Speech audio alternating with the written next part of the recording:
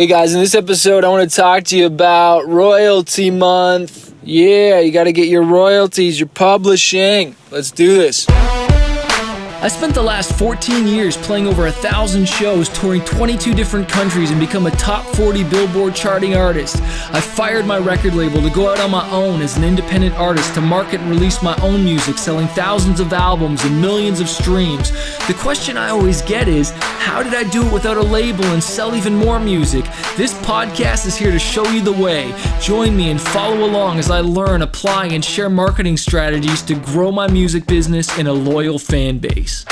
So hey guys, it's May as I'm recording this, and on May 15th, and that's every quarter, you get paid your royalties for your publishing. So there's two sides to when you get paid. There's two types of incomes you make when you sell a song on iTunes or Apple Music, or your music gets streamed on Spotify. There's two types of royalties generated, and there's one which is the master royalty. Okay, if you own the master, if you paid for the recording, if you were the executive producer, the one that paid for the record to get done, if you're a solo artist, you would own the master recording. Now, if you licensed it or signed to a record label, they would own that master recording, or they would have rights to it. And that's what I did when I first got signed. I licensed my record to a label, and so they would get the majority of the income. And I think they gave me like 20% or less, of course, after they deducted all kinds of things that I don't even know about: coffees, plane trips, vacations, who knows what they deducted.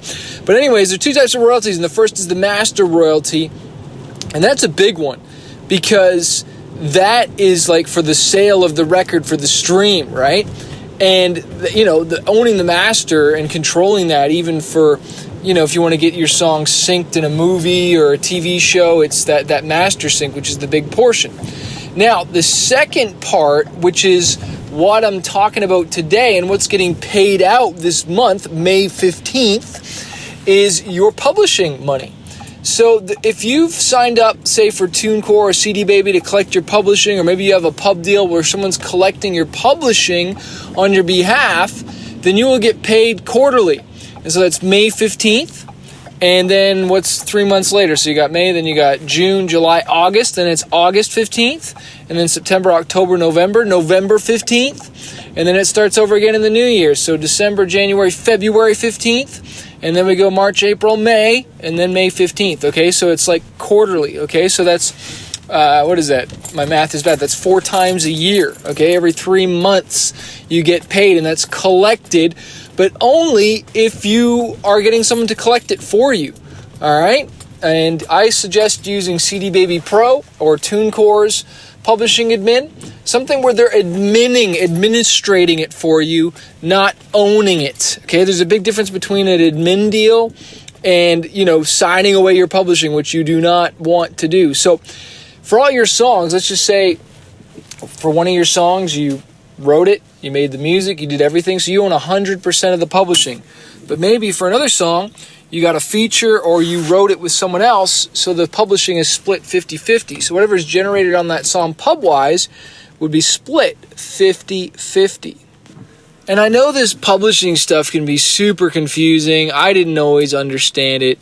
But this means you also need to register your songs, all right? You need to register your songs. And I know with TuneCore, they re-register them for you, I think, so that they can collect on them easier, and they register them like in a whole bunch of different countries. I know CD Baby does this as well. There's a really good podcast I listened to a long time ago, CD Baby put out, about black box royalties and all this stuff, because your songs could be streamed all over the world, could be played on all kinds of services, radio that you have no idea about, especially if you serviced a song to radio and really promoted it for a while. There could be some serious publishing just sitting there. But from what I remember listening to that podcast, unless you've registered the songs in those countries and done all this extra work, it is very hard to collect on those. I'm a SOCAN member, and so I register all my songs with SOCAN in Canada, and then they also have a partnership with ASCAP, so that collects with me. If I was in the US, I'd become a member with either ASCAP or BMI, okay, and register all my songs there. And so when you've written a new song and you released it, you need to make sure you register that thing. So again, you can collect your publishing money. All right. So I know this can sound really confusing, but hey, the more you do it and you walk through it, talk to somebody at ASCAP or BMI or SOCAN, or I forget what the one is. I know in Japan it's JazzRack, and I forget what the name of it is in the UK. But just call your local performance rights society and learn about this stuff. They're there to help you and support you and encourage you and understand this. Publishing really messed my mind up, but it was when I blew up in Japan and we were selling tens of thousands of records, and all of a sudden the label wanted to sign me to a full deal that took all my publishing and own it and all this stuff. And I was like, whoa. Something didn't seem right here. And I thank God I had a good lawyer. And what we ended up doing was I ended up just signing an admin deal with Sony Japan. And so they just collected on my behalf and they took a percentage as opposed to the label. They're trying to sign me to a full deal and steal my publishing. So you got to be careful, guys. Yeah, it was crazy, man. Like when all of a sudden we're selling all these records, all of a sudden it's just like, dang, dude, there's like some money to be made, because for every sale, I guess there's of mechanicals and streams, and there's just all of a sudden if you're a big writer on a song, and this is why you don't want to sell your publishing, you can start to make some serious income. That's why a lot of guys write and pitch songs to get them on bigger artist tracks, because they know they're going to get millions of streams and sell records all over the world, and you can get paid some good publishing, and then that's featured in a TV film and you get paid on that, or it becomes a radio hit. Like, publishing is a very powerful thing, especially as a songwriter, man. So you want to make sure you're collecting on that. And if you are being offered a record deal and they're trying to get your publishing, like, publishing wasn't even on the table. He didn't even ask for it or even want it. And I know they were kicking themselves because they obviously didn't think I was going to blow up.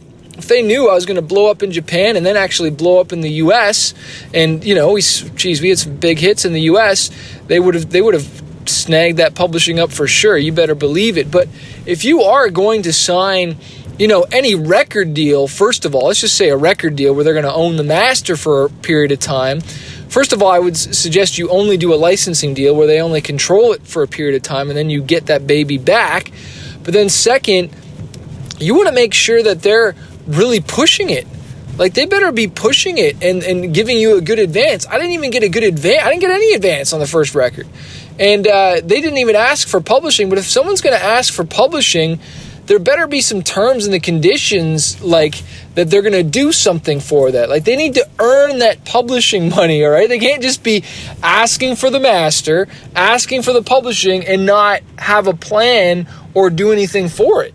You can't just be taking pieces of your writing and your master, like, geez, like, they're just gutting you, So you better make sure you get a good lawyer, or this might better be a deal where they're going to do a lot of work. They're going to leverage relationships, and maybe the label you're working with does have relationships. I know a buddy who signed with Dream Records out of Hollywood, or was it Hollywood he signed with, Hollywood Records, and he got a lot of placements in like some big Marvel movies and some big movies, and so they probably took a piece of his publishing for sure, and I also know they owned his master, that's for sure, but they also blew him up in some things and got some opportunities that he normally wouldn't have had unless he had signed with a major. So hey, it's give and take.